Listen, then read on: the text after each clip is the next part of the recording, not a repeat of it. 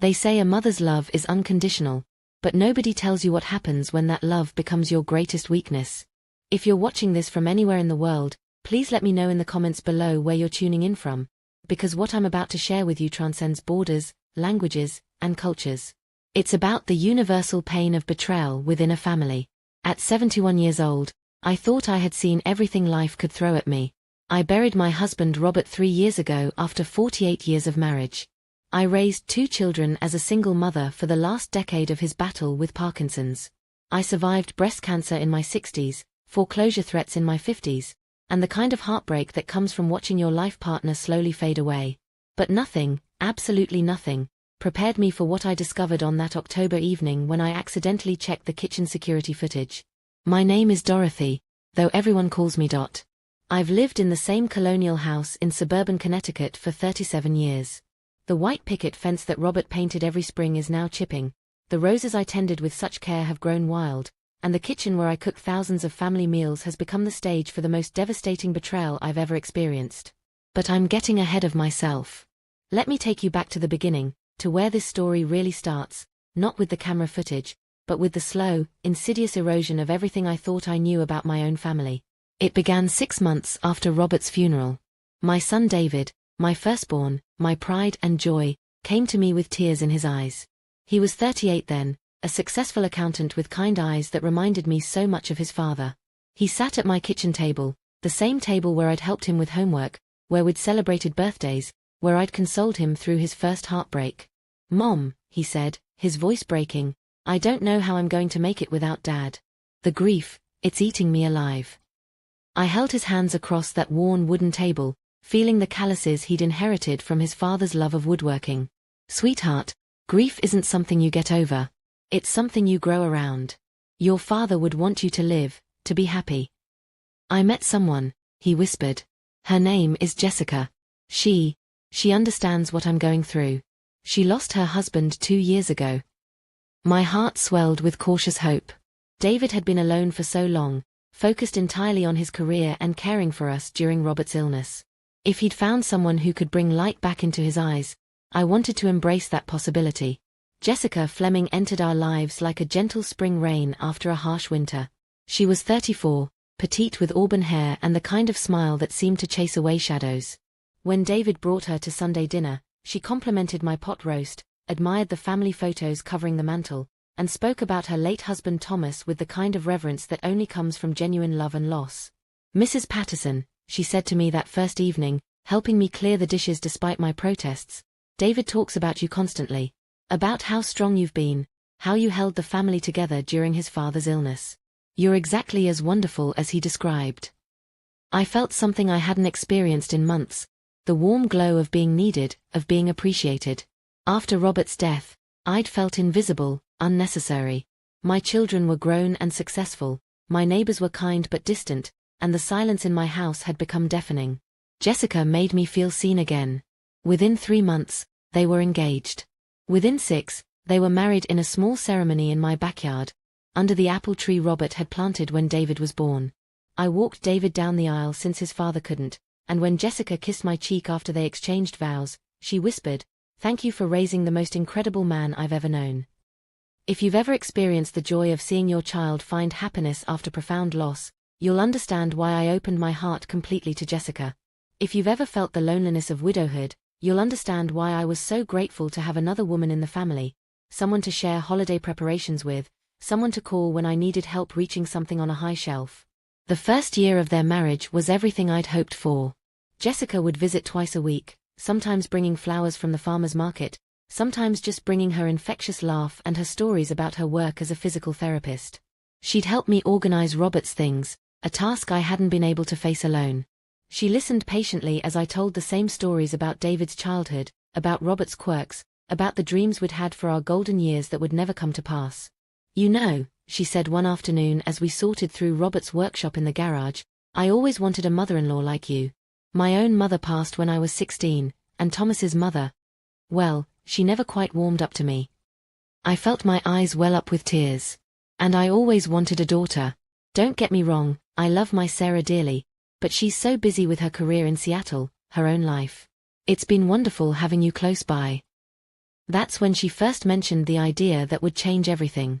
"David and I have been talking," she said, carefully wrapping one of Robert's vintage tools in newspaper. "We hate the thought of you rattling around in this big house all alone. What would you think about us moving in? Just temporarily, while we save for our own place. We could help with the upkeep, the bills, and you wouldn't have to be by yourself." The offer was tempting beyond measure. The house did feel enormous and empty, especially in the evenings when the shadows grew long and the memories felt too heavy to bear alone. The financial help would be welcome too. Social Security and Robert's pension covered the basics, but the house needed repairs I couldn't afford, and the property taxes seemed to increase every year. "Are you sure?" I asked. "You're newlyweds. You need your privacy, your own space." "Mom," Jessica said, and my heart swelled every time she called me that, "David and I want to be here. We want to take care of you the way you took care of everyone else for so many years." They moved in that November, bringing warmth and laughter back to rooms that had been silent for too long. Jessica transformed the guest room into their bedroom, adding touches of color and life I hadn't realized I'd been missing. David set up a home office in Robert's old study, and suddenly the house felt like a home again instead of a museum of memories. But looking back now, I realize that's when the subtle changes began. Changes so small, so gradual, that I dismissed them as natural adjustments to our new living situation. Jessica began answering my phone when I was in the shower or working in the garden. "Oh, that was just a telemarketer, Mom," she'd say. "I told them you weren't interested." She started doing my grocery shopping, insisting it was no trouble since she was going anyway. "I got everything on your list," she'd say, bringing in bags filled with different brands than I usually bought, items I hadn't requested. "They were out of your usual yogurt, but this one was on sale." She took over cooking dinner most nights, which I initially appreciated. But gradually, I noticed she was preparing meals I didn't particularly enjoy, with spices that were too strong for my aging palate, vegetables that were unfamiliar. When I mentioned it gently, she'd look hurt and say, "I was just trying to introduce some variety, Mom. I thought you might enjoy trying new things." The most troubling change was how she began managing my interactions with friends and neighbors. Mrs. Henderson from next door, who had been my closest friend for 20 years, stopped calling. When I asked Jessica about it, she said, "Oh, she did call, but you were napping. I told her you'd call back, but then I forgot to mention it. You know how busy things have been." My weekly bridge club invitations stopped coming. My hairdresser called to ask why I'd cancelled my standing appointment. My doctor's office left messages about missed appointments I didn't remember making. "I think there might be some confusion," I told Jessica after the third such incident. "I never cancelled my appointment with Dr. Morris." She looked at me with such compassion, such gentle concern, that I immediately felt guilty for questioning her. "Mom, you did mention wanting to find a doctor closer to home. And honestly, I've been worried about your memory lately. Small things, nothing serious, but maybe we should look into that." That phrase, "maybe we should look into that," became a recurring theme. My memory, my judgment, my ability to manage my own affairs. Always delivered with love, with concern, with the kind of gentle authority that made me doubt my own perceptions. If you've ever been gaslit by someone you trusted completely, you know how insidious the process is. It doesn't happen all at once. It's a slow erosion of your confidence, your reality, your sense of self. And when it's done by someone who claims to love you, someone who's supposed to be caring for you, it becomes nearly impossible to recognize what's happening until it's almost too late. The security camera in the kitchen wasn't my idea. It was Jessica's. "Mom," she said one morning over coffee, "I've been thinking about safety. You're here alone during the day while David and I are at work. What if something happened? What if you fell, or had a medical emergency? We'd never forgive ourselves if we couldn't get help to you quickly enough." The logic was sound, the concern seemed genuine, and the love in her voice felt authentic. Of course I agreed. Of course I wanted them to have peace of mind while they were working to support our household. David installed the camera on a Saturday morning, mounting it discreetly in the corner where it could monitor the kitchen and the breakfast nook, areas where I spent most of my time during the day. He showed me how the system worked, how they could check the feed from their phones if they were worried about me, how it would automatically record and store footage in the cloud. "The great thing about this system," he explained, "is that it's always recording, but the footage gets automatically deleted after 30 days unless we specifically save it. And Mom, you don't have to worry about privacy. Jessica and I would only check it if we were concerned about your safety. I trusted them completely. Why wouldn't I? The camera had been installed for 3 months when it stopped working. David diagnosed the problem as a faulty connection and said he'd call a technician to fix it. In the meantime, I went about my daily routines, forgetting that there was supposed to be an electronic eye watching over me. But here's the thing about trust: once it's broken, it shatters everything you thought you knew about the people closest to you. And sometimes, the breaking happens in the most unexpected way, at the most innocent moment, when you're simply trying to solve a small technical problem. Please make sure to subscribe to hear the rest of this story, and check the description box below to see more incredible stories like this one. Because what I discovered when that camera started working again changed everything I thought I knew about love, family, and the people we trust most. The technician came on a Tuesday morning in October, 3 days after I'd called the security company myself, tired of waiting for David to schedule the repair. I forgot to mention it to Jessica when she left for work that morning. I forgot to tell David when he rushed out late, spilling coffee on his shirt and muttering about a difficult client meeting. Such a small oversight. Such a tiny, innocent mistake. But sometimes the smallest mistakes reveal the biggest truths. And the truth I was about to discover would shatter my world completely. The technician was a young man named Tyler, probably in his early 20s, with calloused hands and kind eyes that reminded me of David at that age. He arrived at 9 in the morning, just as the autumn sun was filtering through the kitchen curtains, casting long shadows across the breakfast table where I was finishing my coffee and attempting the daily crossword puzzle. A habit I'd maintained since Robert's death, partly to keep my mind sharp and partly because it made me feel less alone during the long, quiet mornings. I'm here about the security camera repair," Tyler said, wiping his feet carefully on the mat before entering. The simple courtesy touched me in a way that larger gestures no longer could. After 3 years of widowhood, I'd become acutely aware of small kindnesses, perhaps because they'd become rarer as friends grew older or moved away, and family members became busier with their own lives. "Oh yes, thank you so much for coming," I replied, leading him to the corner where the camera sat dark and silent. "It's been out for almost a week now. My son installed it, but he's been so busy at work." Tyler nodded understandingly as he examined the device, checking connections with the practiced efficiency of someone who'd done this countless times. "Looks like it's just a loose power connection and a software glitch. Should be an easy fix. I'll have this back up and running in about 20 minutes. I offered him coffee, which he politely declined, and settled back at the kitchen table to give him space to work. The crossword clue I'd been puzzling over read deceptive appearance, 7 letters. I stared at it for a moment, pen hovering over the squares, something nagging at the back of my mind. But then Tyler's work noises, the gentle scraping of tools, the soft beeping of electronics coming back to life, drew my attention away from the puzzle. "There we go," he announced with satisfaction.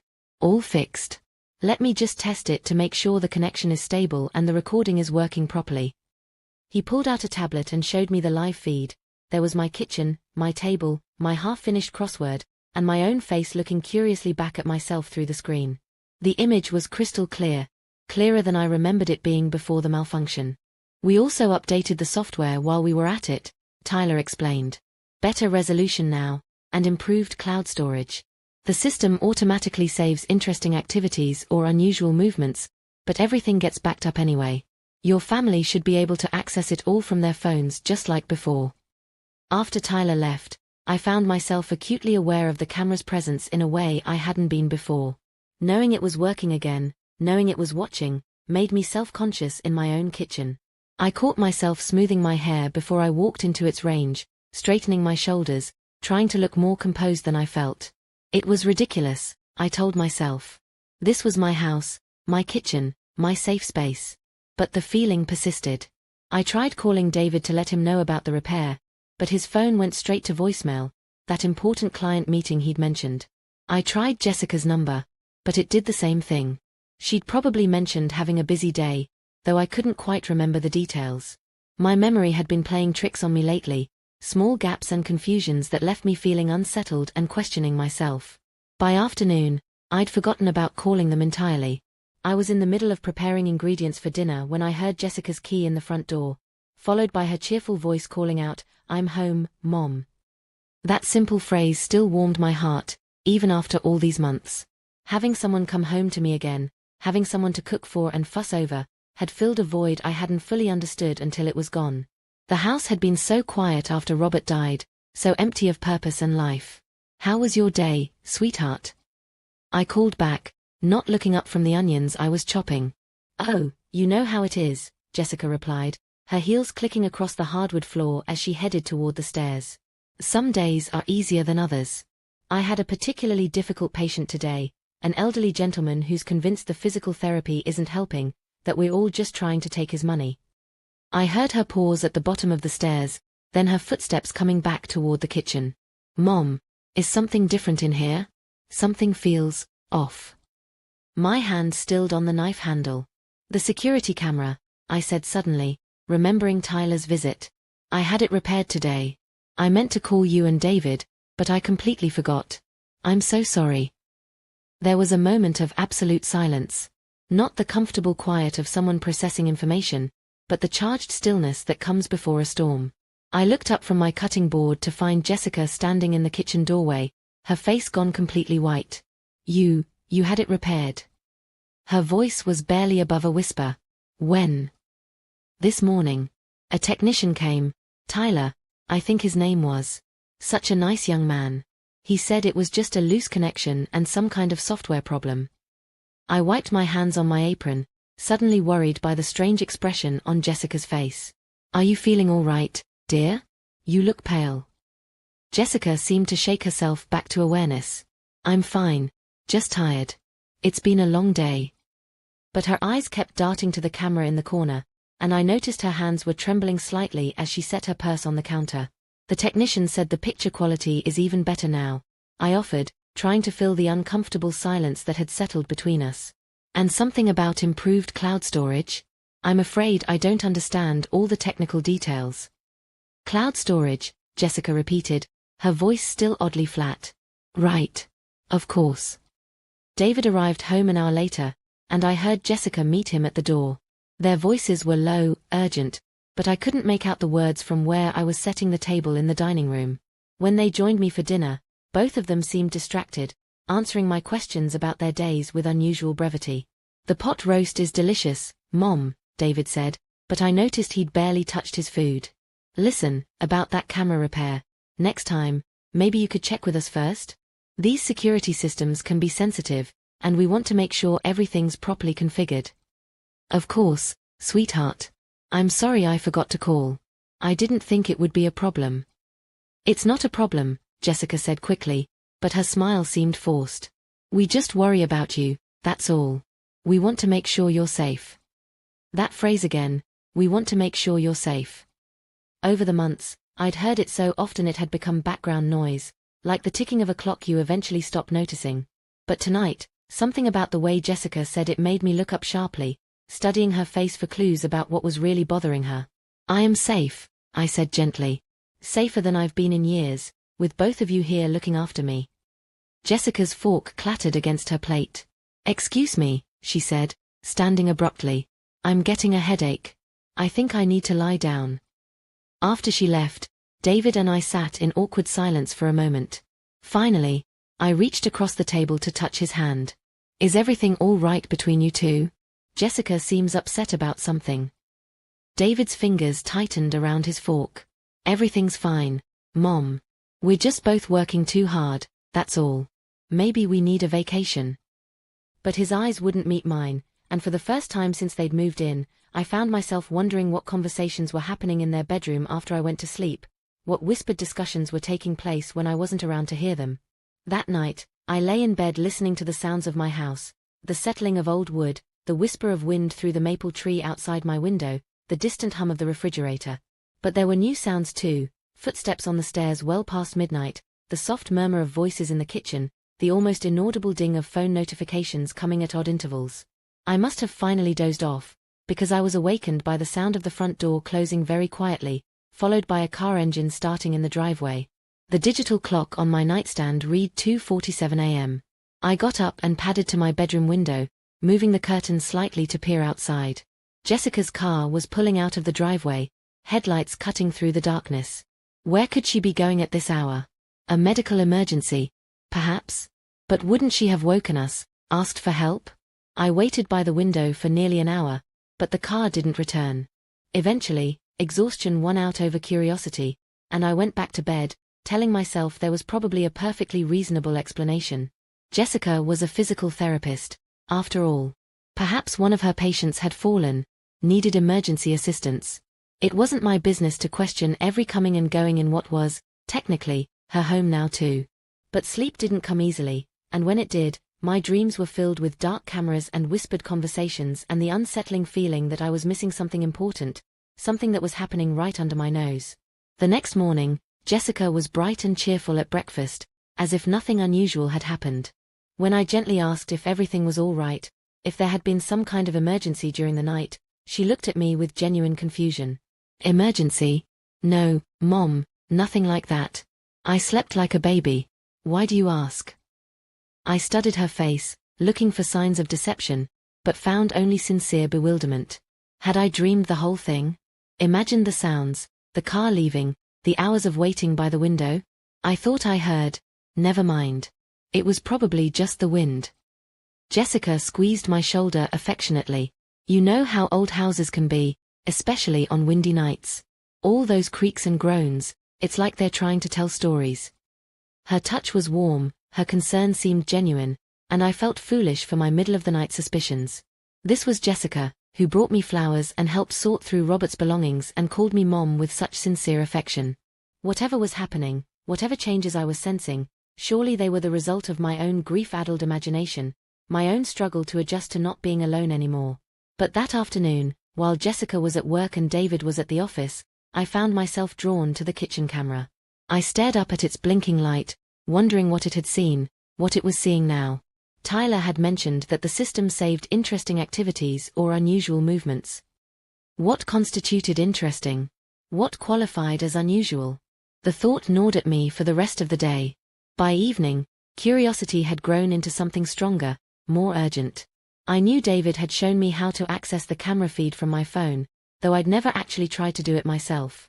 The instructions were probably written down somewhere, or maybe it was intuitive enough that I could figure it out. After dinner, after David and Jessica had settled in the living room to watch television, I retreated to my bedroom with my phone and began experimenting with apps and passwords and the various technical mysteries that younger generations seem to navigate effortlessly. It took me nearly 2 hours of trial and error, but finally, miraculously, I managed to access the camera system. The live feed popped up on my phone screen, showing the empty kitchen in the blue glow of nighttime security lighting. I stared at it for a moment, feeling like a spy in my own home, then began exploring the menu options Tyler had mentioned. Archived footage. Cloud storage. The last 30 days of recordings, automatically saved and categorized by date and time. My finger hovered over the screen. What was I looking for? What did I hope to find? If you've ever stood at the edge of a cliff, knowing that once you take that step there's no going back, you'll understand the moment of hesitation I felt. Some part of me, some deep instinct, was screaming that I shouldn't look, that I wouldn't like what I found, that some knowledge is too dangerous to pursue. But another part of me, the part that had grown increasingly uneasy over the past few months, the part that had noticed all those small changes and dismissed them as imagination, was desperate for answers. For validation that my growing sense of unease wasn't just the paranoid delusions of a lonely widow. I pressed play on yesterday's footage, starting from when I'd left to run errands in the afternoon, leaving David and Jessica alone in the house. For the first few minutes, nothing happened. The kitchen remained empty, peaceful, exactly as it should be. But then I saw movement, figures entering the frame, and my heart began to beat faster. What I saw next would haunt me for the rest of my life. The figures moving through my kitchen were David and Jessica, but they weren't the people I thought I knew. The David on my phone screen was aggressive, pacing like a caged animal, his hands gesturing wildly in a way that reminded me of his father during his worst moments of frustration. The Jessica I was watching bore no resemblance to the gentle, caring daughter-in-law who brought me flowers and held my hand when I cried about missing Robert. They were arguing, their body language sharp and hostile, though I couldn't hear their words through the phone's tiny speakers. I fumbled with the volume controls, my arthritic fingers suddenly clumsy with urgency, desperate to understand what I was witnessing. Can't keep doing this forever, Jessica's voice came through, tinny but clear once I managed to increase the volume. She's getting suspicious. This morning she asked me directly about last night. She asks about everything, David replied, his tone dismissive in a way that made my chest tighten with hurt. That's what old people do. They question everything, they imagine things. It's probably early dementia anyway. Early dementia. The words hit me like a physical blow. Is that what they really thought? Is that what they told each other when I wasn't around to hear? That I was losing my mind, that my concerns were just the confused ramblings of a deteriorating brain? David, she had the camera fixed without telling us. What if she decides to check the footage? What if she sees? She can barely figure out how to use her phone, David interrupted. You really think she's going to navigate a security app? Come on, Jess. Give me a little credit here. Jessica moved closer to the camera, her face filling more of the frame, and I could see the calculation in her expressions, the cold assessment that was completely at odds with the warm, caring mask she wore around me. This wasn't the face of someone who loved me like a mother. This was the face of someone planning something terrible. We need to move faster, she said, her voice dropping to a whisper that the camera's sensitive microphone barely picked up. I've already started laying the groundwork with Dr. Morris's office, and the bank is asking questions about the power of attorney forms. Power of attorney forms. My hands began to shake so badly I nearly dropped the phone. What power of attorney forms? When had anyone discussed power of attorney with me? The lawyer said we need more medical documentation, David replied, leaning against the kitchen counter in a casual pose that seemed obscene given the content of their conversation. Dr. Phillips thinks we need at least 3 more months of documented incidents before we can move forward with the competency hearing. Competency hearing. The words echoed in my mind, each syllable like the tolling of a funeral bell. They were planning to have me declared incompetent. They were building a case against my mental capacity, gathering evidence to prove I couldn't take care of myself, that I needed guardians to manage my affairs.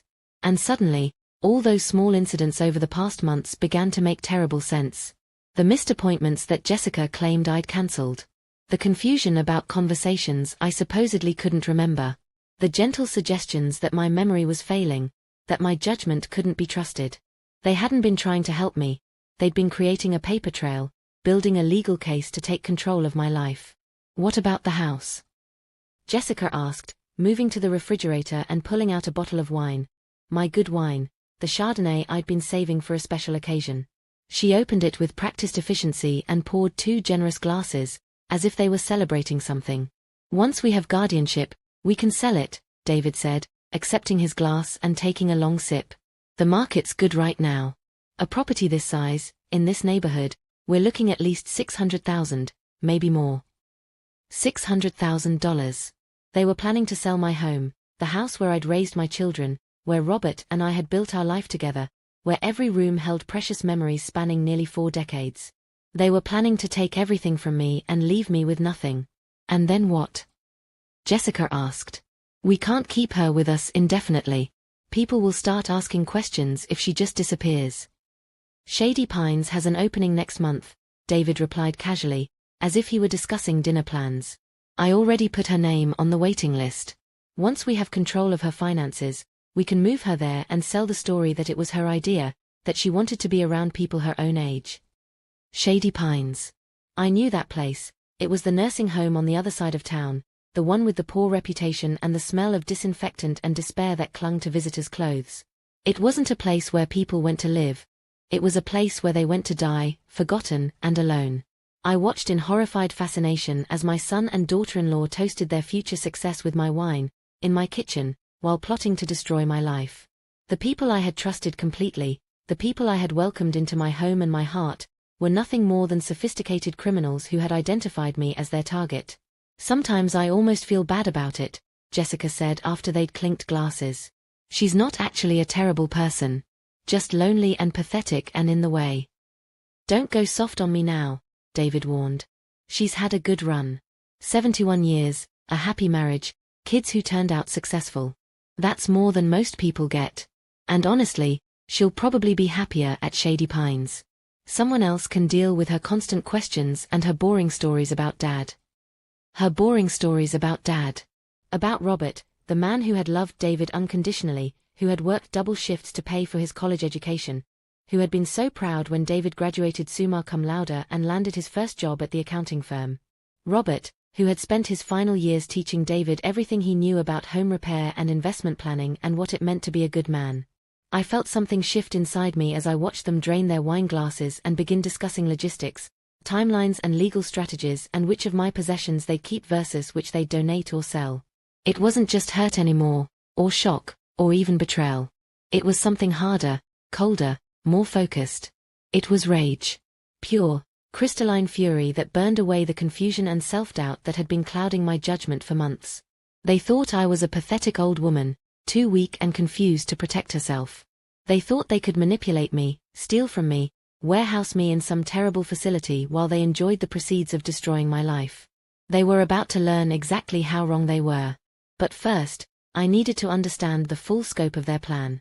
I needed to know how long this had been going on, how many lies they'd told, how much damage they'd already done.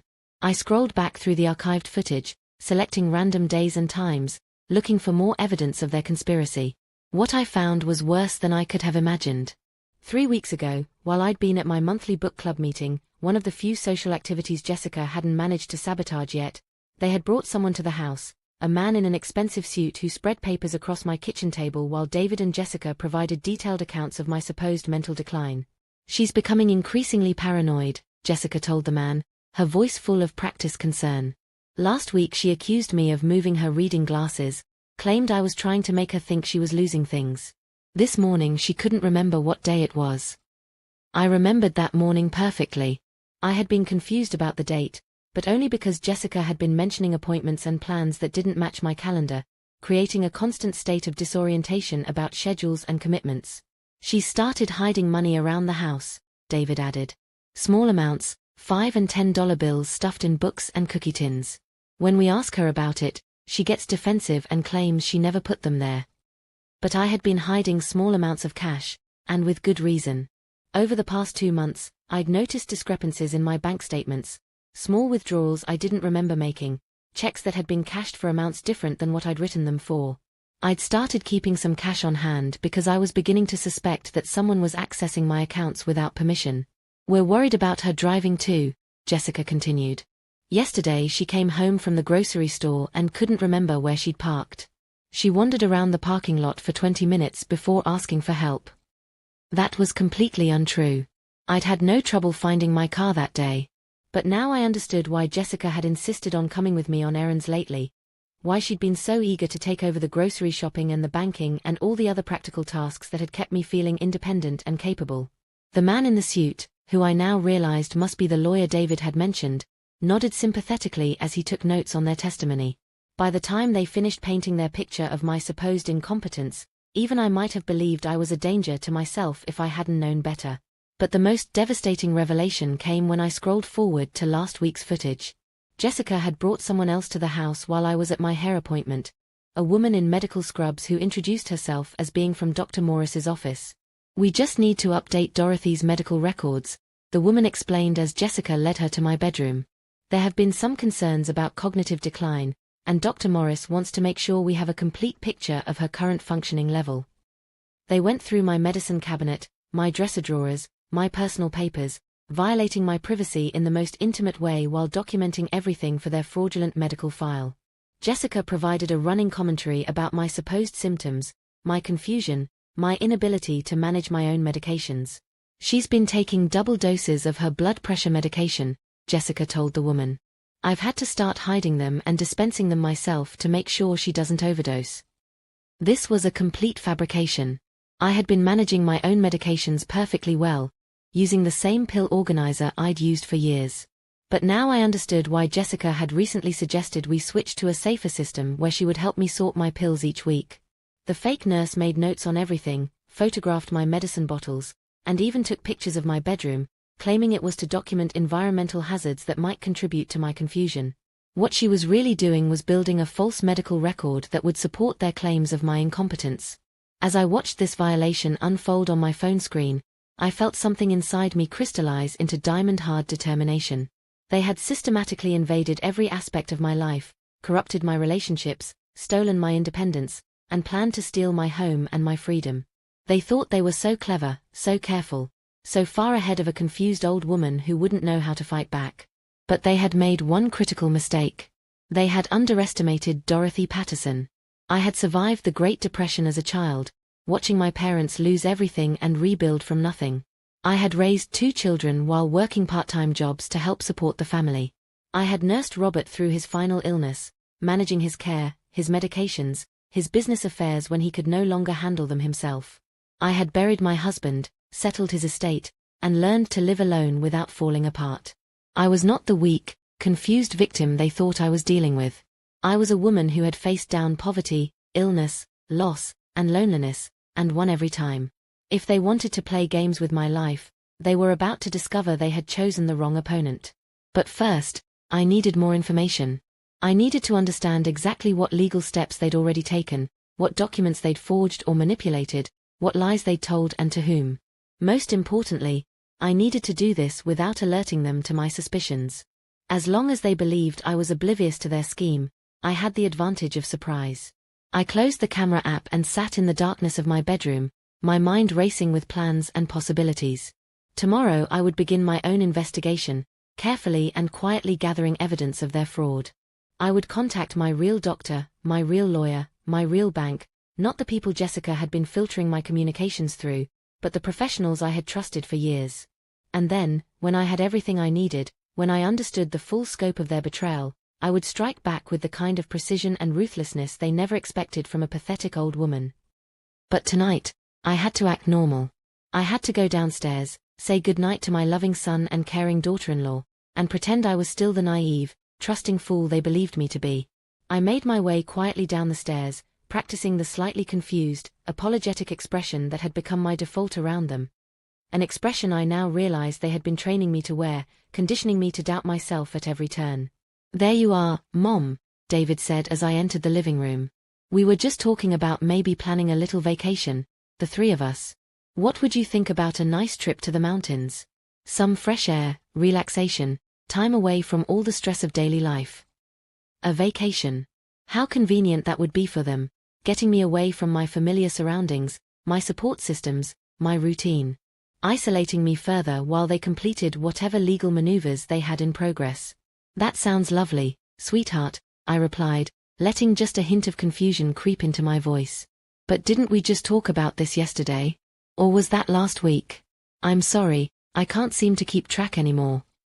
Jessica and David exchanged a quick glance, the kind of meaningful look that confirmed they were thinking exactly what I wanted them to think.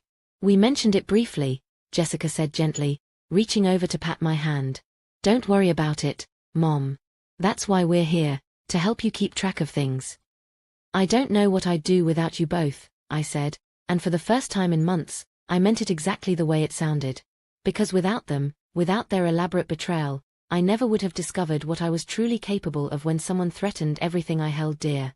They thought they were hunting a helpless old woman. They were about to learn they had awakened a predator far more dangerous than anything they could imagine. But that realization would come later. Tonight, I was still playing the role of the confused, grateful victim. Tomorrow, the real game would begin. "Well, I should get to bed," I said, standing up and smoothing my nightgown. "These old bones need their rest." "Sleep well, Mom," David said, not looking up from the television. "Sweet dreams." Oh, I would dream, all right. I would dream of justice, of revenge, of the moment when David and Jessica realized they had chosen the wrong target for their cruel scheme. But first, I had work to do.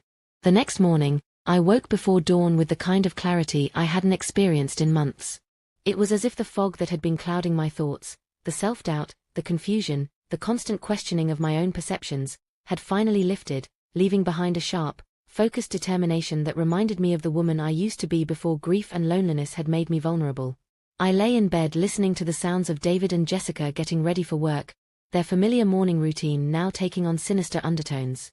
The shower running in their bathroom, the murmur of their voices discussing the day ahead, Jessica's heels clicking down the stairs, David's car keys jingling as he grabbed them from the kitchen counter. All of it sounded different now that I understood what they were really planning. After they left, I allowed myself 30 minutes to sit at the kitchen table with my coffee, staring up at the camera that had revealed their betrayal. Such a small thing, that blinking red light in the corner, but it had given me the gift of truth. Now I needed to use that truth strategically, carefully, without alerting them to my newfound awareness. My first stop was Dr. Morris's office, where I'd been a patient for over 15 years. If Jessica had been manipulating my medical records, creating false documentation of cognitive decline, then Carol Morris would be the person to help me understand the scope of the deception. Mrs. Patterson. Dr. Morris's receptionist, Linda, greeted me with genuine warmth when I walked in without an appointment. What a nice surprise. Are you feeling all right? I'm feeling better than I have in months, I replied, which was completely true. I was hoping I could speak with Dr. Morris for just a few minutes. There's been some confusion about my medical records, and I'd like to clear it up. Linda's expression shifted to one of concern. Of course. Let me see if she has a few minutes between patients. Dr. Morris, Carol, emerged from her office within minutes, her face creased with the kind of genuine worry that I realized I'd been missing from Jessica's carefully performed concern. Dorothy, Linda said there's some confusion about your records. Come in, let's talk. In the privacy of her office, I took a deep breath and made a decision that would either validate my suspicions or confirm that I was losing my mind after all. Carol, I need to ask you directly, have you been receiving reports about my mental condition? Has anyone contacted you about concerns regarding my cognitive function or my ability to care for myself? Carol's eyebrows rose slightly. Reports from whom? My daughter-in-law, Jessica. She's been managing a lot of my appointments lately, and I'm starting to worry that there might be some miscommunication about my health status. Carol pulled up my file on her computer, scrolling through what appeared to be extensive recent notes. Dorothy, I have to be honest. Yes, I have been receiving regular updates from Jessica about your condition. According to her reports, you've been experiencing significant memory issues, confusion about dates and medications, and some paranoid ideation. My heart sank even as part of me felt vindicated. Paranoid ideation. She reported that you've been accusing family members of moving your belongings, that you've been hiding money around the house, and that you've become suspicious of people trying to help you. Carol leaned forward, her expression compassionate but troubled. Dorothy, these can be early signs of dementia, and I've been concerned enough to recommend some cognitive testing. When did these reports start coming in? Carol checked her computer again. The first one was about 4 months ago. Jessica called to express concern about your memory, said you'd been repeating yourself and seemed confused about recent events. Since then, she's been calling weekly with updates. 4 months ago. Right around the time that my social connections had started mysteriously disappearing, when I'd begun questioning my own perceptions, when Jessica had begun taking over more and more of my daily activities under the guise of helping me. Carol, I said carefully, I want to be completely honest with you. I don't believe I'm experiencing memory problems or cognitive decline. I think Jessica has been misrepresenting my condition for reasons I'm still trying to understand. The silence stretched between us for several long moments. Finally, Carol spoke. Dorothy, that's exactly the kind of statement that concerns me. Denial is often one of the first signs that... Please, I interrupted. Just hear me out. I'd like to take any cognitive tests you think are appropriate. I'd like you to evaluate my mental state right now, today, without any input from Jessica or anyone else. Can you do that? Carol studied my face for a long moment, then nodded slowly. Yes, I can do that. But Dorothy, if the tests indicate that you are experiencing cognitive issues, we'll need to discuss next steps, including involving your family in your care decisions. I understand. And if the tests show that my cognitive function is normal, will you help me figure out why someone might be reporting otherwise? Over the next 2 hours, Dr. Morris put me through the most thorough mental evaluation I'd ever experienced. Memory tests, cognitive assessments, questions about current events, mathematical problems, spatial reasoning challenges. By the end, I was exhausted but confident. Dorothy, Carol said as we finished, I have to admit, I'm puzzled. Your cognitive function appears to be completely normal for someone your age. Better than normal, actually. Your memory is sharp, your reasoning is sound, and you show no signs of confusion or disorientation. So the reports Jessica has been giving you are either based on misunderstanding or... Carol paused, clearly struggling with the implications. Dorothy, is it possible that Jessica has been deliberately misrepresenting your condition? I think it's more than possible, I replied. I think it's been a systematic campaign to make me appear incompetent. And I think there are legal and financial motivations behind it. Carol's face went pale. That's a very serious accusation. I know. And I intend to prove it. But I need documentation that my mental state is sound, that I'm capable of making my own decisions and managing my own affairs. Can you provide that? I can and I will, Carol said firmly. I'll prepare a comprehensive report documenting today's evaluation. And Dorothy, I'm going to recommend that you speak with someone about elder abuse. What you're describing, if it's accurate, is a form of psychological manipulation that can have serious legal consequences. Elder abuse. The term hung in the air between us, giving a name to what I'd been experiencing. It wasn't just betrayal or greed or family dysfunction, it was abuse, systematic and deliberate, designed to strip me of my autonomy and my assets. My next stop was the bank, where I'd been a customer for over 20 years. If David and Jessica had been accessing my accounts, manipulating my finances, or preparing to take control of my money, there would be records of their activities. Margaret Chen, the bank manager who had helped me navigate Robert's estate, looked genuinely pleased to see me when I walked into her office. Mrs. Patterson, how are you holding up? I know this past year has been difficult. Actually, Margaret, I'm here because I think it might have been more difficult than necessary. I have some concerns about my accounts, about possible unauthorized access or unusual activity. Margaret's professional smile faltered slightly. What kind of concerns? Have there been any inquiries about my accounts from family members? Any attempts to gain access to my financial information or to establish power of attorney arrangements? Margaret turned to her computer, her fingers flying over the keyboard as she pulled up my account history. Her expression grew increasingly troubled as she scrolled through the information. Mrs. Patterson, I think we need to have a very serious conversation. There have been multiple inquiries about your accounts over the past several months. Phone calls from someone identifying herself as your daughter-in-law, asking about your balance, your recent transactions, and your account security settings. My stomach clenched. What kind of information was provided? Fortunately, very little. Our policy requires written authorization for that kind of information sharing, and we don't have any documents on file giving Jessica Fleming Patterson access to your accounts.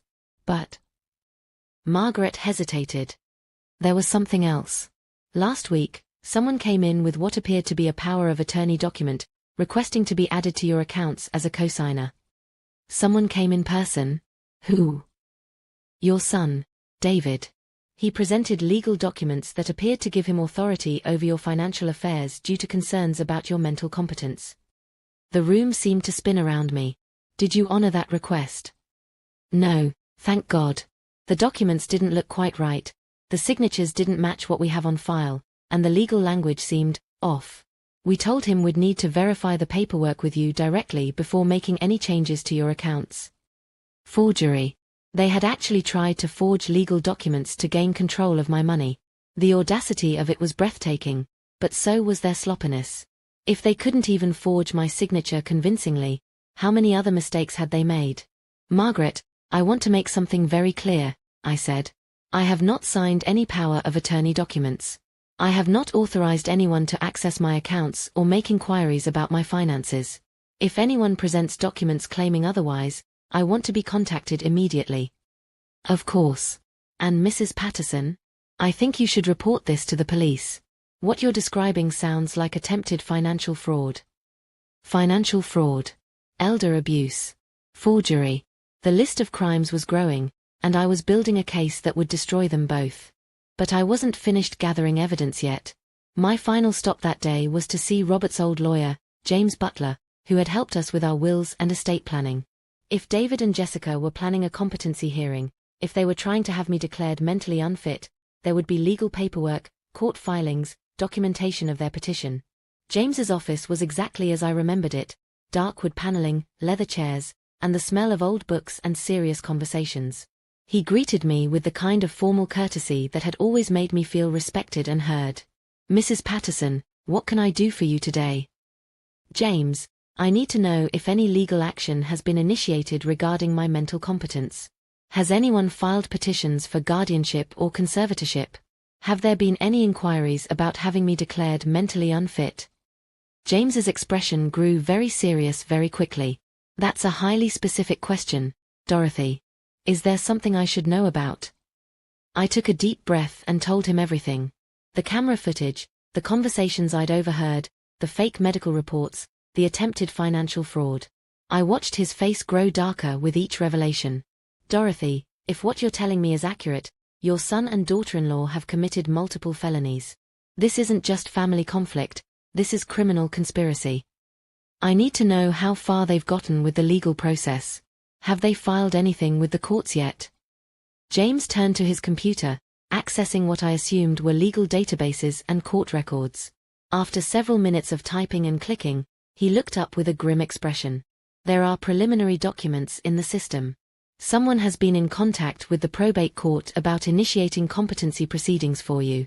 The paperwork isn't complete yet, but there are medical reports on file supporting the petition. Medical reports from whom? Dr. Phillips, apparently.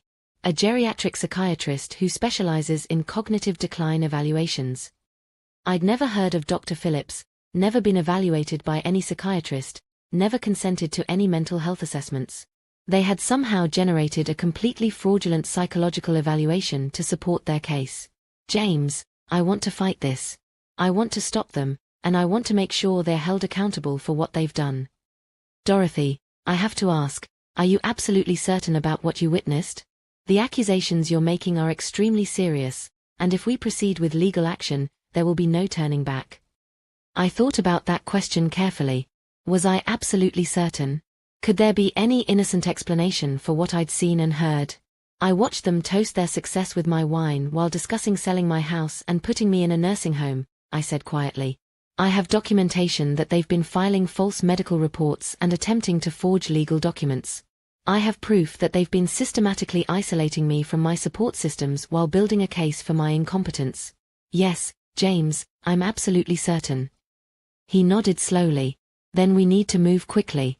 If they're planning to accelerate their timeline because of the camera repair, we might not have much time before they try to have you committed or institutionalized. What do we do? First, we file an emergency injunction to prevent any further legal proceedings against you. Then we prepare criminal complaints for elder abuse, financial fraud, and conspiracy. We also need to secure your assets and make sure they can't access your accounts or property while we're building the case. James began making notes on a legal pad, his pen moving rapidly across the page. Dorothy, I have to warn you, this is going to get ugly. They're going to claim that your accusations are evidence of paranoid delusions, that you're experiencing exactly the kind of mental decline they've been documenting. Are you prepared for that kind of fight? I thought about Robert, about the life we'd built together in that house, about the independence I'd fought so hard to maintain after his death. I thought about all the other elderly people who might be facing similar predators, who might not have the resources or the luck to discover the truth in time. James, I said, I've been preparing for this fight my whole life. I just didn't know it until now. As I walked out of his office, I felt something I hadn't experienced in months, hope. Not just hope for my own situation, but hope that justice was possible, that predators like David and Jessica could be stopped, that the truth was still powerful enough to triumph over carefully constructed lies. But I also knew that the most dangerous part was just beginning. Once they realized I was fighting back, they would escalate their efforts to have me declared incompetent. The next few days would determine whether I could expose their conspiracy before they succeeded in destroying my life. The war was about to begin in earnest, and I intended to win it. If you're still with me on this incredible journey, please make sure you've subscribed and check that description box below for more stories that will keep you on the edge of your seat. Because the next part of my story, when David and Jessica realized I was no longer the helpless victim they thought they were dealing with, that's when things got really interesting. That evening, I sat at my kitchen table pretending to work on a crossword puzzle while David and Jessica discussed their day over dinner.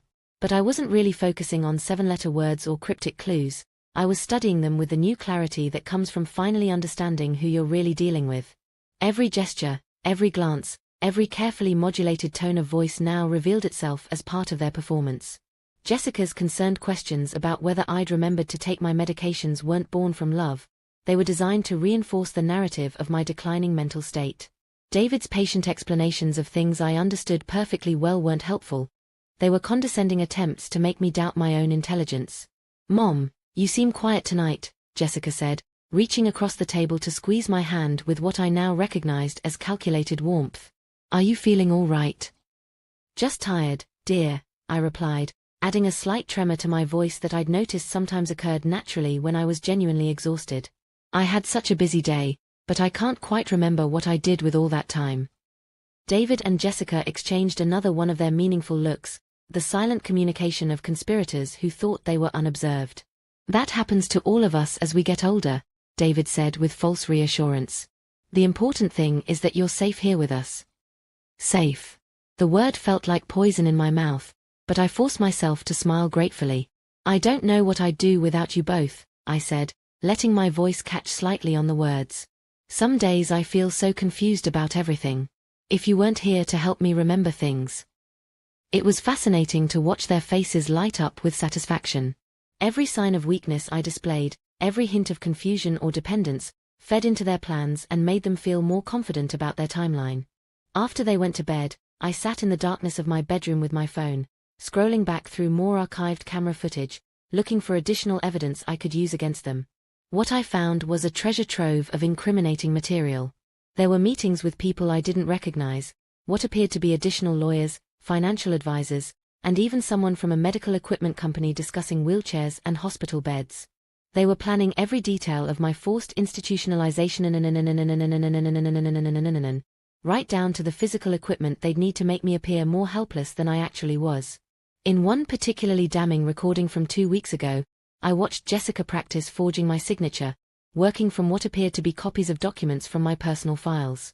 She spent nearly an hour perfecting the shaky, uncertain handwriting that would suggest cognitive decline, comparing her forgeries to my actual signature until she could reproduce a convincing version. The key is making it look like her motor control is failing, she told David as she worked. Not so dramatic that it's obviously fake, but just shaky enough to suggest neurological deterioration. David watched over her shoulder, occasionally offering suggestions. Maybe make the D in Dorothy a little less defined. And the way she dots her I's, make them more random, less precise. They were artists of deception, crafting a masterpiece of fraud with painstaking attention to detail. But they had made one crucial error: they had underestimated their target's ability to fight back. The next morning, I implemented the first phase of my counterattack. I called Mrs. Henderson, my neighbor and former close friend, whose mysterious absence from my life finally made sense. "Eleanor," I said when she answered, letting uncertainty creep into my voice. "It's Dorothy from next door. I was wondering, did I do something to upset you? I feel like we haven't talked in so long, but I can't remember why." There was a long pause before Mrs. Henderson responded, her voice full of hurt and confusion. "Dorothy, you asked me to stop calling months ago. Jessica said you were feeling overwhelmed by visitors and phone calls, that you needed space to focus on your health. I've been respecting your wishes, but I have to admit, I've been worried about you." "I never asked anyone to tell you that," I said, allowing my voice to rise with what sounded like agitation.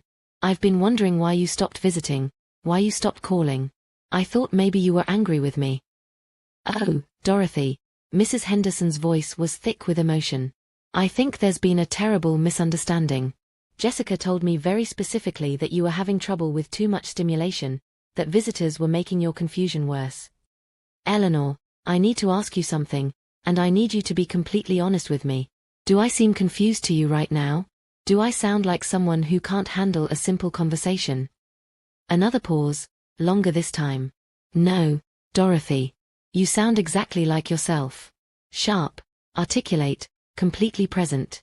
If anything, you sound clearer than you have in months, those few times I've spoken with you when Jessica answered your phone. I think Jessica has been managing my social connections without my knowledge or consent. And I think she's been telling people I'm sicker than I actually am." Mrs. Henderson was quiet for so long I wondered if the call had been disconnected. Finally, she spoke again, her voice careful and controlled. "Dorothy, that's a very serious accusation. Are you saying you think Jessica has been deliberately isolating you?" "I'm saying I think there's been a systematic campaign to make me appear more impaired than I actually am. And I think my social isolation has been part of that campaign. What can I do to help?" What Mrs. Henderson could do was serve as a witness to my actual mental state, someone who had known me for 20 years and could testify that I wasn't the confused, paranoid woman Jessica and David had been describing to medical professionals and legal authorities. "Could you come over for coffee this afternoon? When Jessica and David are at work?" I'd like to have a real conversation with you, the kind we used to have before all this confusion started. I'll be there at 2 o'clock, Mrs. Henderson said firmly. And Dorothy, I'm so sorry I stayed away. I should have trusted my own judgment instead of accepting someone else's interpretation of your wishes. After hanging up, I made similar calls to 3 other friends who had mysteriously disappeared from my life over the past months. Each conversation followed a similar pattern. Jessica had told them I was declining rapidly, that visitors upset me, that I had specifically requested they give me space to focus on my health. Each friend expressed relief at hearing my actual voice, at discovering that I was still myself, that I still wanted their friendship and support. Each one agreed to visit that afternoon, to witness my true mental state and serve as potential testimony against the lies that had been told about my condition. But the most important call I made that morning was to James Butler, my lawyer. James, I need to accelerate our timeline. I have reason to believe David and Jessica are planning to move forward with their institutionalization plan within the next week or 2. What makes you think that? Last night I overheard Jessica on the phone with someone. I couldn't hear the entire conversation, but she mentioned the end of the month and having everything in place. If we're going to stop them, we need to act now. I've been preparing the emergency injunction, but Dorothy, I need you to understand something. Once we file this, there's no going back. Your relationship with your son will be permanently destroyed. Are you prepared for that? I thought about the David I had raised, the little boy who had cried when he accidentally stepped on a butterfly, the teenager who had worked summers to help pay for his own school clothes so we wouldn't have to struggle financially, the young man who had held my hand in the hospital waiting room while Robert was having surgery.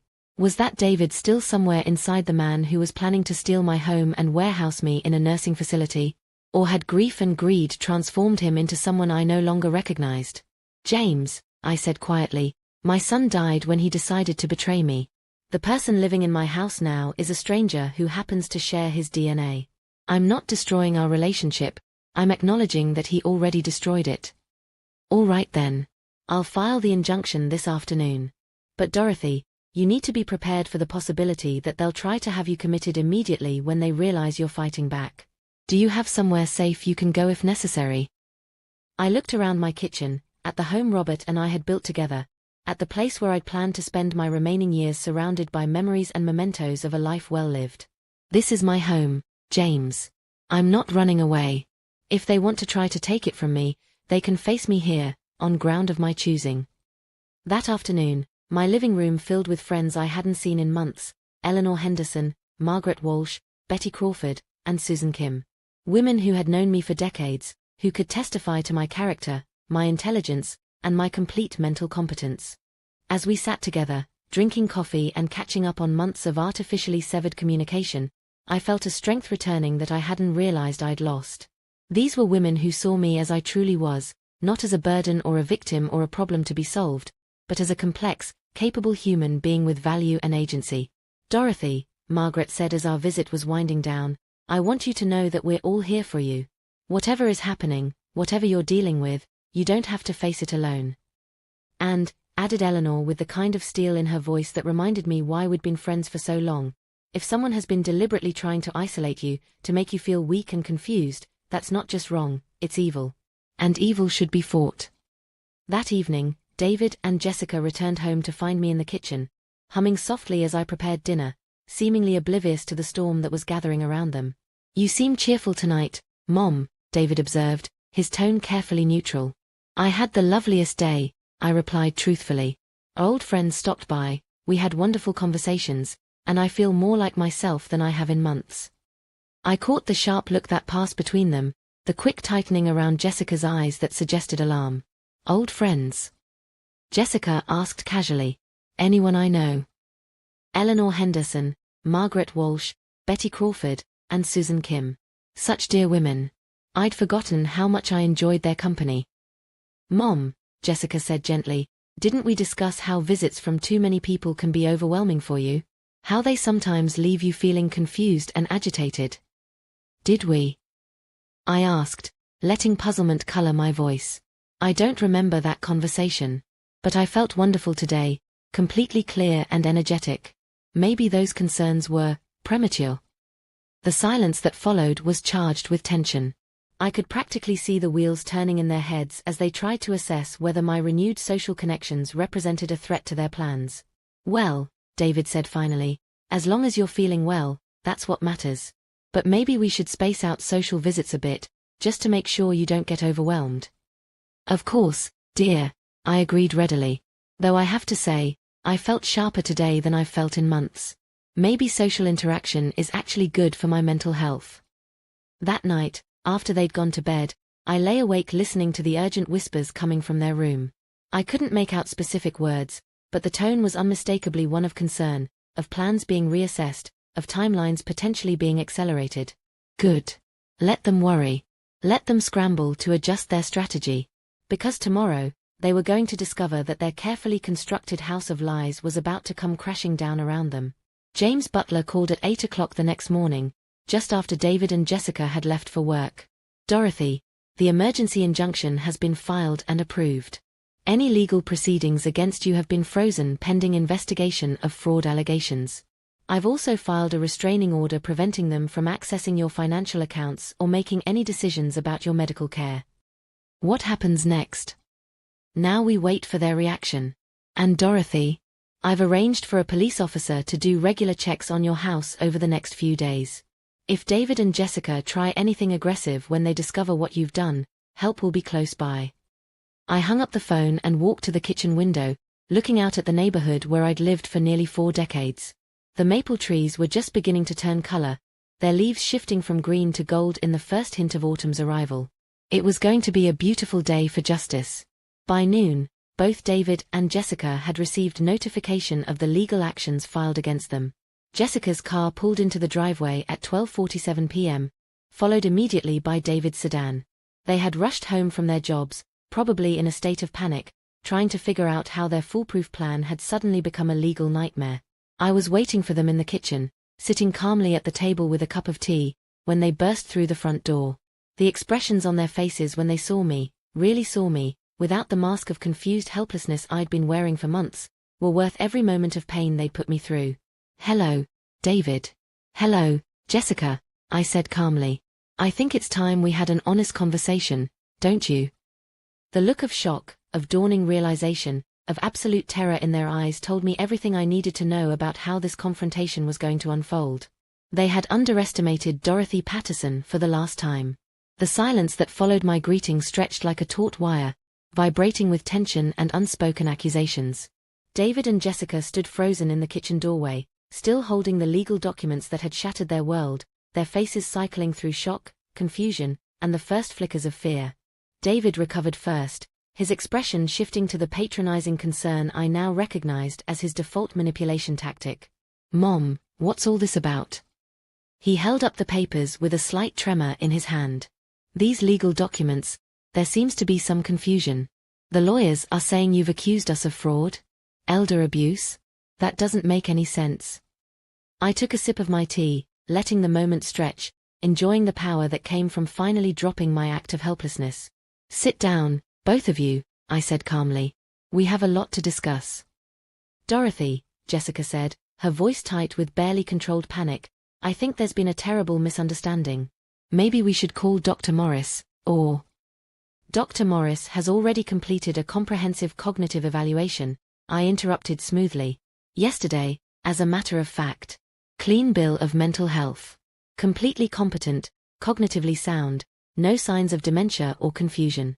Funny how that contradicts all those reports you've been filing about my condition." The color drained from Jessica's face so completely I thought she might faint. David's mouth opened and closed soundlessly, like a fish gasping for air. "You see," I continued, savoring their distress, "I know everything. About your plan to have me declared incompetent. About the forged power of attorney documents you tried to use at the bank. About the fake medical reports you've been filing with Dr. Morris. About your consultations with lawyers and your plans to sell my house and warehouse me at Shady Pines." David finally found his voice, though it came out as barely more than a croak. "How could you possibly?" "The security camera," I said simply, watching their faces register the full horror of their situation. "The one you had me install for my own safety.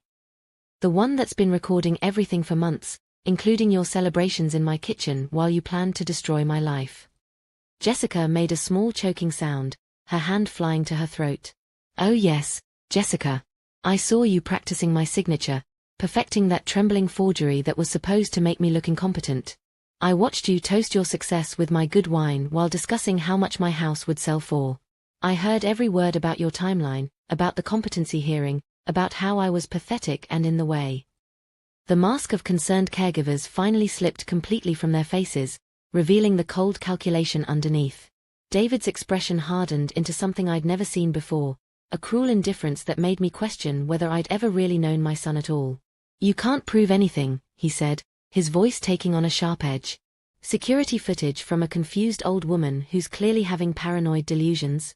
No court would take that seriously. Actually, David, I can prove everything. Because I'm not the confused old woman you've been describing to everyone. I've spent the last few days gathering evidence, talking to the real professionals you've been lying to, and documenting every aspect of your fraud. I stood up and walked to the kitchen counter, where I'd laid out copies of all the evidence I'd collected, Dr. Morris's cognitive evaluation, the bank's records of attempted fraud, the legal documents they'd filed containing false information, and screenshots from the security footage showing their conspiracy. Dr. Morris has provided a detailed report confirming my complete mental competence, I said, picking up the first set of documents. She's also filed a complaint with the medical board about the false reports you've been submitting. Turns out, impersonating someone to provide fraudulent medical information is a serious crime. Jessica's breathing had become rapid and shallow, her eyes darting frantically around the room as if looking for an escape route.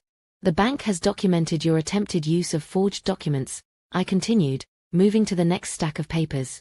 They have security footage of David trying to add himself to my accounts using fraudulent power of attorney papers.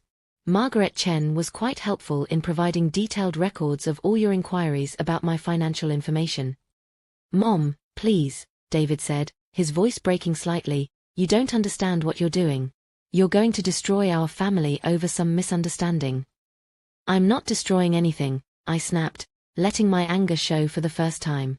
You destroyed our family the moment you decided to treat me like a mark to be conned instead of a mother to be loved.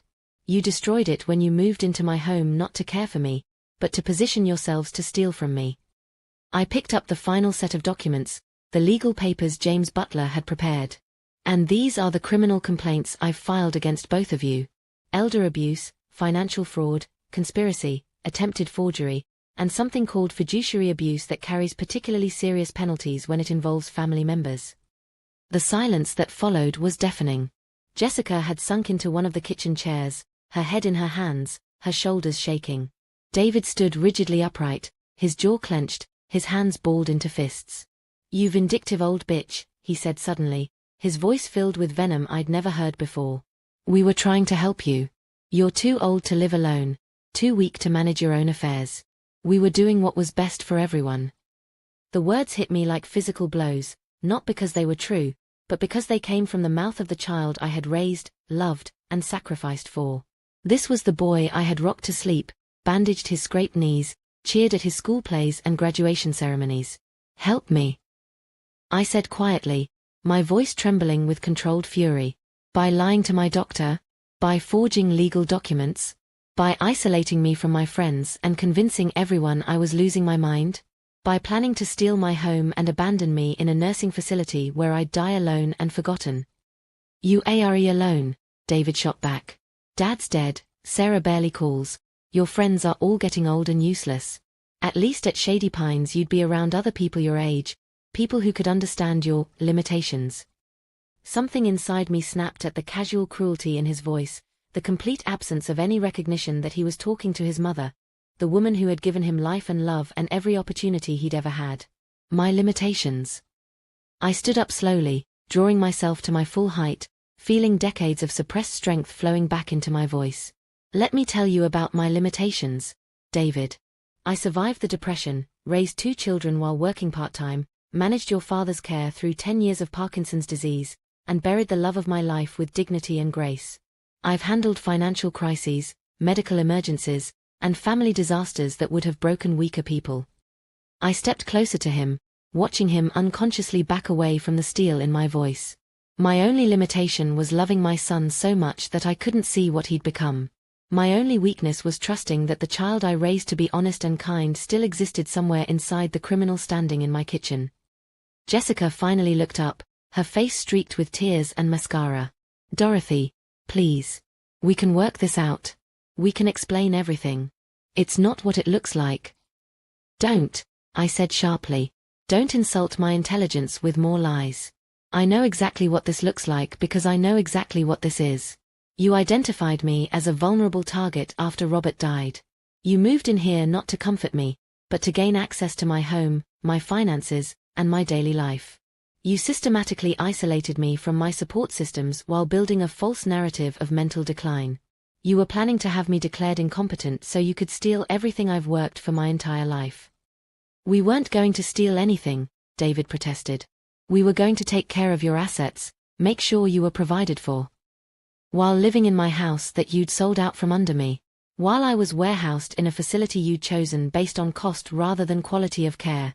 Don't pretend this was about my welfare, David. This was about greed, pure and simple."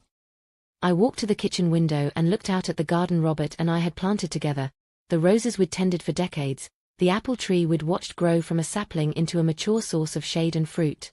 "You know what's truly tragic about all this?" I said without turning around.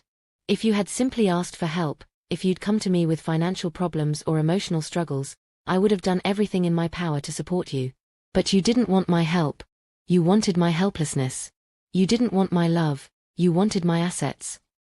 When I turned back to face them, I saw something in their expressions that hadn't been there before. The dawning realization that they had fundamentally miscalculated, that the confused old woman they'd been manipulating was actually a formidable opponent they were not equipped to handle. "So here's what's going to happen," I said, my voice calm and businesslike. "You have 24 hours to pack your belongings and leave my house. The restraining order prevents you from accessing any of my financial accounts or making any decisions about my care. The criminal complaints will be processed according to the law, and you'll have to deal with the legal consequences of your choices." "You can't throw us out," Jessica said desperately. "We have nowhere to go. We gave up our apartment to move in here." "You gave up your apartment to position yourselves to steal from me," I corrected. "That's not my problem to solve." David's face had gone from pale to red with rage. Fine. You want to do this the hard way? You think you're so smart, so strong?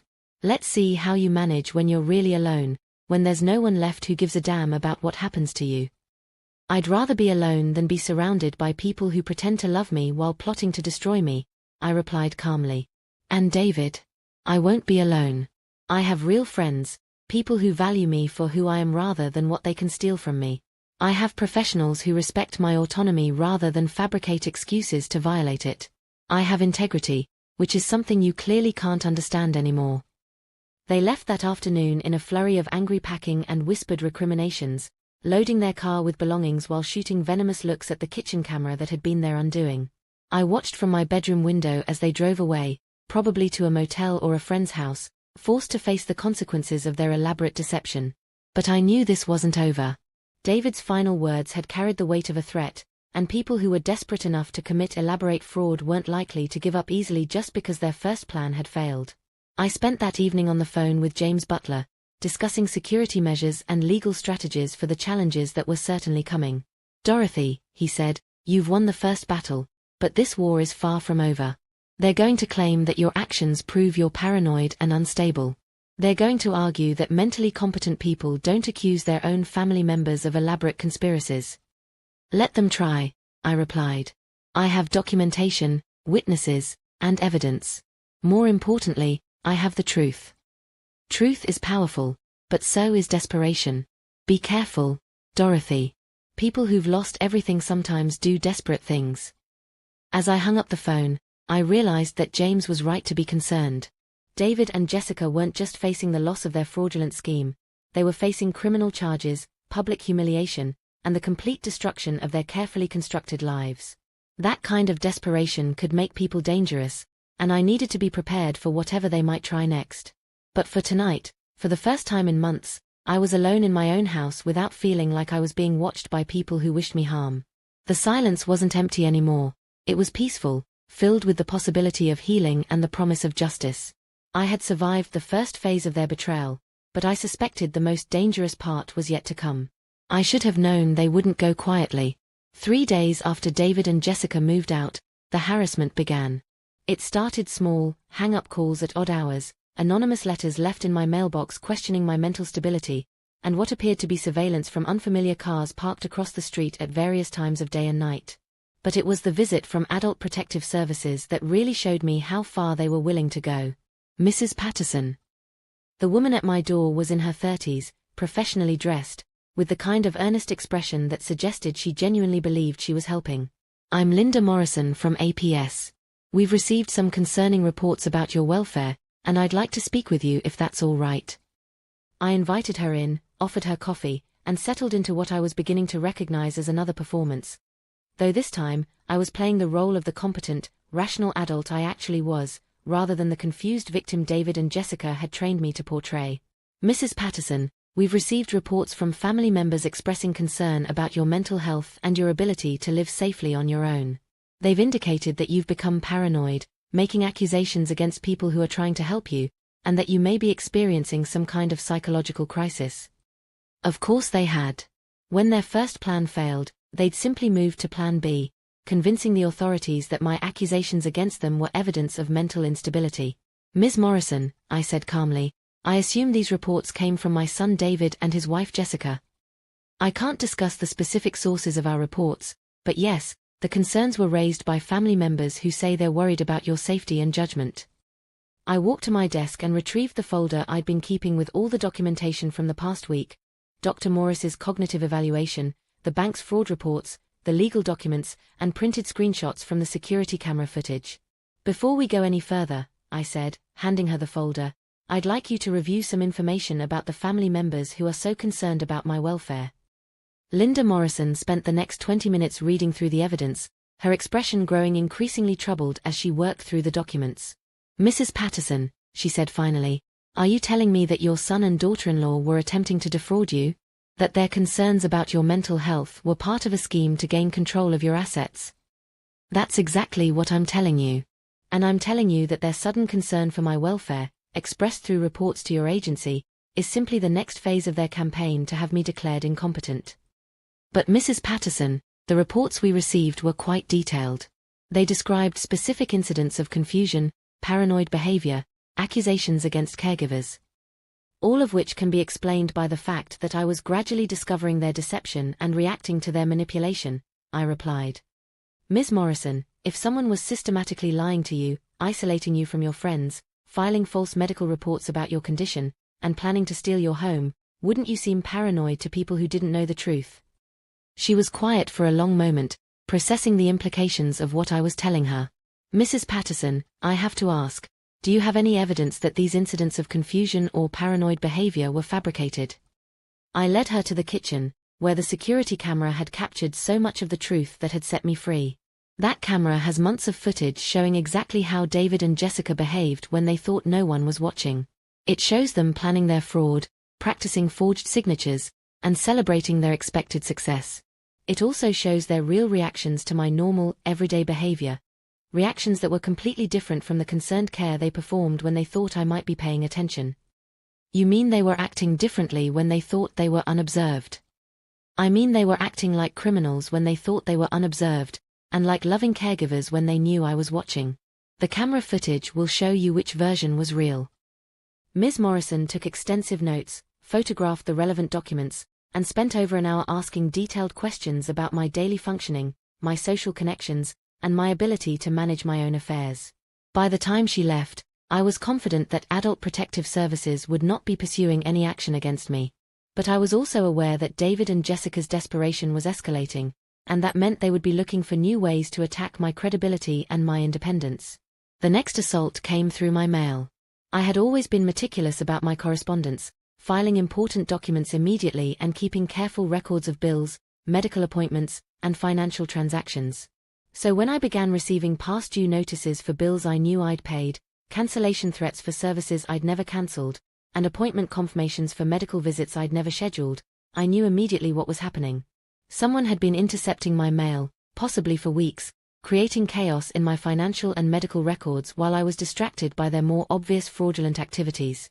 I called the postal service, the utility companies, my insurance providers, and every business that had sent threatening notices.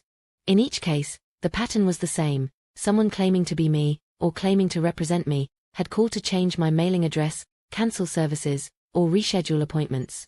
The customer service representative from the electric company explained, "We have a record of Jessica Fleming calling on your behalf 3 weeks ago. She said you were moving to a care facility and needed to have your service disconnected." 3 weeks ago, right around the time I'd discovered their plan and begun fighting back. They had been systematically sabotaging my basic services, probably planning to create a crisis that would force me to depend on them or prove to the authorities that I couldn't manage my own affairs. But the most frightening escalation came at 2 o'clock in the morning on a Thursday, when I was awakened by the sound of someone trying to break into my house. I lay in bed listening to the soft scratching of what sounded like someone working on the lock of the back door, my heart pounding with a mixture of fear and rage. This had gone far beyond financial fraud or legal manipulation. They were now willing to commit breaking and entering to achieve their goals. I reached for the phone beside my bed, but the line was dead. They had cut my landline, probably assuming that a 71-year-old woman would be too confused or frightened to have a backup plan. They were wrong. I had been expecting something like this, and I was prepared. The cell phone I kept charged on my nightstand connected me immediately to 911, and the personal alarm system James Butler had recommended was already transmitting an emergency signal to the security company. 911, what's your emergency? This is Dorothy Patterson at 847 Maple Street, I whispered. Someone is trying to break into my house. I can hear them at the back door. Are you in a safe location? I'm in my bedroom on the 2nd floor. The door is locked, but they're definitely trying to get in. Officers are on the way. Stay on the line with me. Within minutes, I could hear sirens approaching, and the scratching sounds from downstairs stopped abruptly. By the time the police arrived, whoever had been attempting to break in was gone, but they had left behind evidence of their attempt: scratches on the lock, tool marks on the door frame, and footprints in the soft earth of my garden.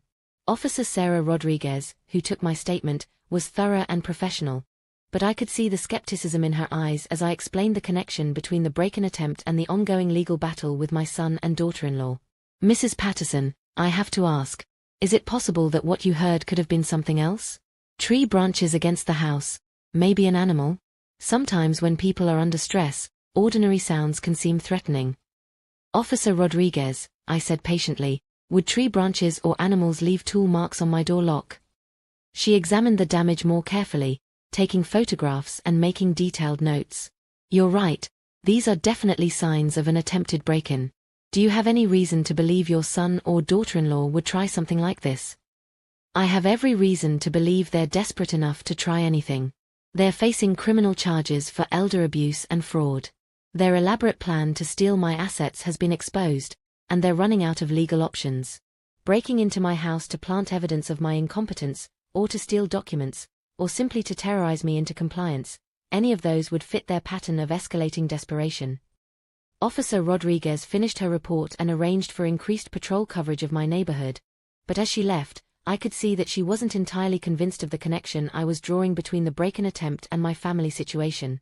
That changed the next morning, when David called me directly for the first time since the confrontation in my kitchen. "Mom," his voice was tight with barely controlled anger, "I think we need to talk. This whole situation has gotten completely out of hand." "I agree," I replied calmly. "It got out of hand when you decided to commit fraud and elder abuse against your own mother. That's not what happened, and you know it. We were trying to help you, trying to make sure you were safe and provided for. But you've twisted everything into some kind of paranoid conspiracy theory.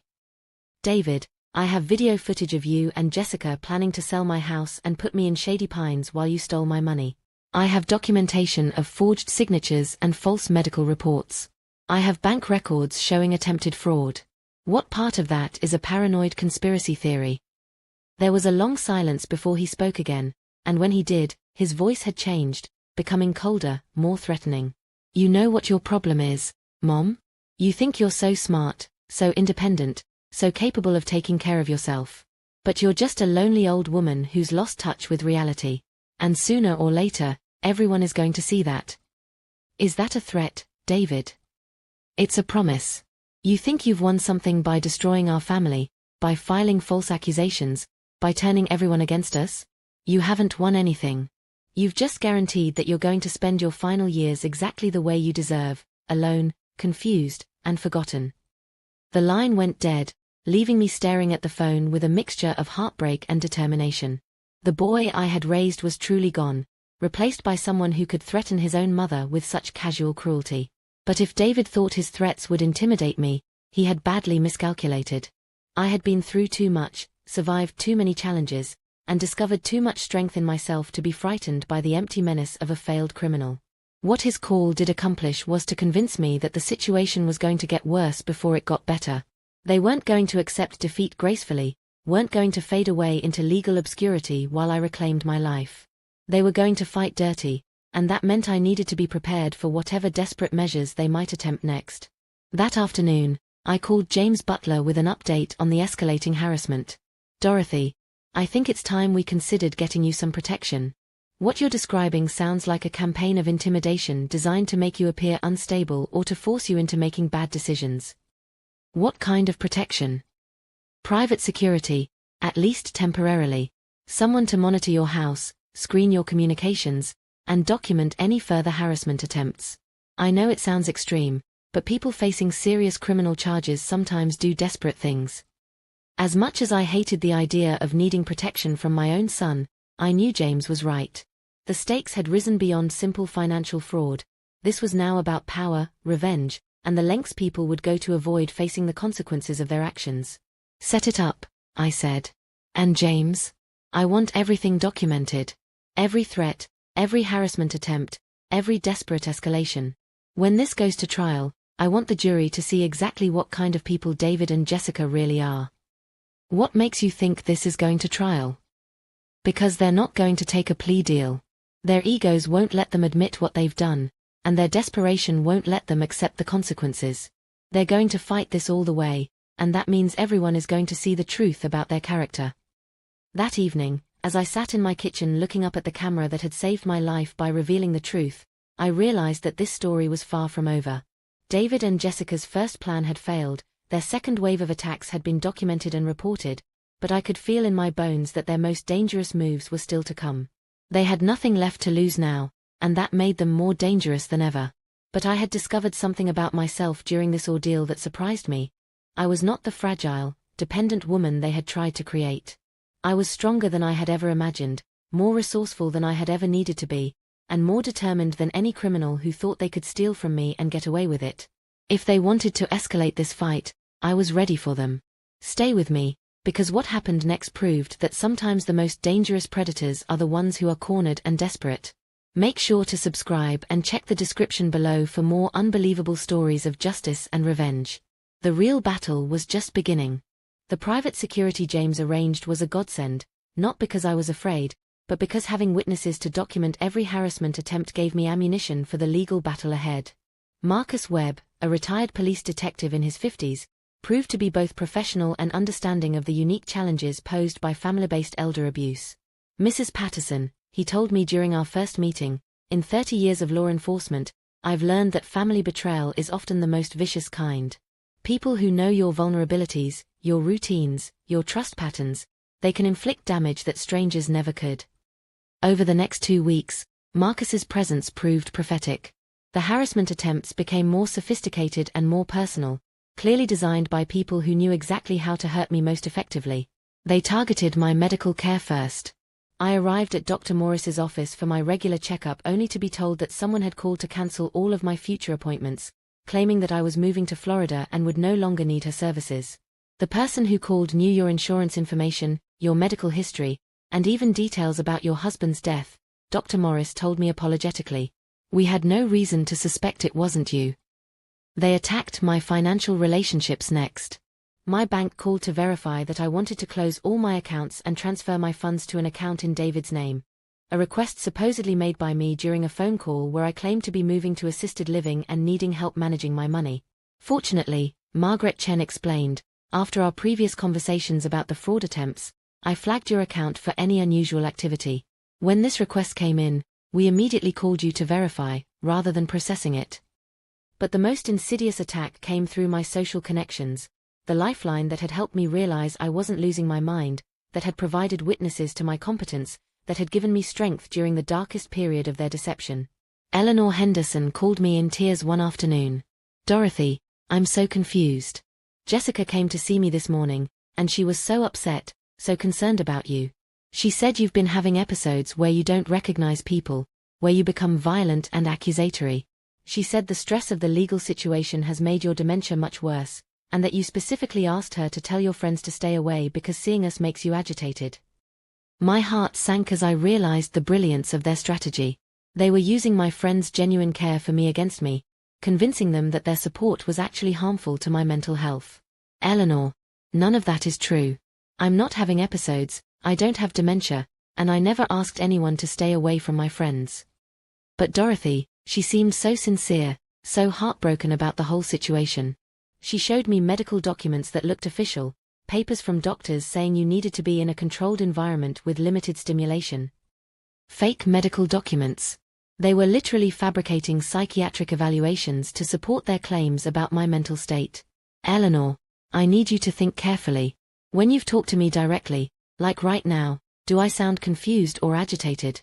Do I seem like someone who's lost touch with reality?"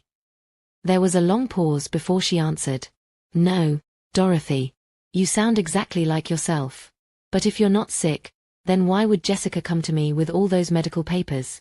Why would she be crying about how worried she is about you?" "Because she and David are facing criminal charges for trying to defraud me, and they're desperately trying to make me appear mentally incompetent to avoid prosecution. They're not worried about my health, Eleanor. They're worried about going to prison." I could hear the uncertainty in Eleanor's voice, the conflict between what Jessica had told her and what her own experience with me suggested. "I don't know what to believe anymore, Dorothy. This whole situation is so complicated, so ugly. Maybe it would be better if I just stepped back until everything gets resolved." And there it was, exactly what David and Jessica wanted. Not just to isolate me from my support system, but to make my friends complicit in their own abandonment of me by convincing them it was for my own good. After Eleanor hung up, I sat in my kitchen staring at the camera that had revealed so much truth, wondering if David and Jessica were somehow still watching me, still finding ways to invade my privacy and manipulate my reality. That's when Marcus knocked on my door with news that would change everything. "Mrs. Patterson, I think you need to see this," he said, holding up his tablet. "I've been monitoring activity around your house, and I caught something interesting yesterday evening." The video showed Jessica's car parked across the street at twilight, with someone, presumably Jessica herself, using what appeared to be telephoto lens to photograph my house, my windows, and my daily routines. "She was here for over an hour," Marcus explained, "documenting your activities, your visitors, your schedule. This looks like surveillance for a specific purpose." "What kind of purpose?" "In my experience, this kind of detailed observation usually precedes some kind of coordinated action. They're planning something that requires precise timing and detailed knowledge of your routine." The answer came 2 days later, in the form of a knock on my door at 6:30 in the morning. 3 people stood on my porch, a woman in medical scrubs, a man in a suit who introduced himself as a social worker, and David. "Mrs. Patterson," the social worker said, "I'm Robert Hayes from County Mental Health Services. We've received reports of concerning behavior, and we're here to conduct a wellness check and possibly arrange for an emergency psychiatric evaluation." Behind them, I could see an ambulance parked in my driveway, its back doors open and ready. They had done it. They had convinced some authority that I was in the midst of a psychiatric crisis requiring immediate intervention, and they were here to take me away for evaluation that would undoubtedly support their claims of my incompetence. But they had made one crucial mistake. They had underestimated how thoroughly I had prepared for this moment. "Mr. Hayes," I said calmly, "before we proceed with any evaluation, I'd like you to speak with my private security consultant, who has been documenting the harassment campaign that preceded this visit." Marcus appeared beside me, his professional bearing and obvious law enforcement background immediately changing the dynamic on my porch. "Detective Webb, retired Lapt," he introduced himself, showing his credentials. "I've been providing security consultation for Mrs. Patterson due to ongoing criminal proceedings against family members for elder abuse and fraud." The social worker's confidence wavered slightly. "I wasn't aware that there were any criminal proceedings." That's because the people who called in this psychiatric emergency neglected to mention that they're facing felony charges for attempting to defraud Mrs. Patterson, Marcus replied smoothly. They also didn't mention that Mrs. Patterson has recent cognitive evaluations from her physician showing complete mental competence. David stepped forward, his face flushed with anger. This man is interfering with a legitimate mental health intervention. My mother is clearly in crisis. She's been making wild accusations, alienating everyone who tries to help her, exhibiting classic signs of paranoid dementia. Sir, Marcus said, his voice taking on the authoritative tone of someone accustomed to controlling volatile situations, I'm going to need you to step back and allow the professionals to do their jobs without family interference. The social worker looked increasingly uncomfortable as he realized he'd walked into a much more complex situation than he'd been led to believe. Mrs. Patterson, he said, would you be willing to answer a few questions to help me assess the situation? Of course, I replied. But I'd also like you to review some documentation before we proceed. I handed him the folder I'd been keeping ready for exactly this moment, Dr. Morris's cognitive evaluation, the police reports about the break-in attempts and harassment, the legal documents detailing the criminal charges, and Marcus's detailed log of surveillance and intimidation attempts. As Mr. Hayes read through the materials, his expression shifted from dutiful concern to growing alarm.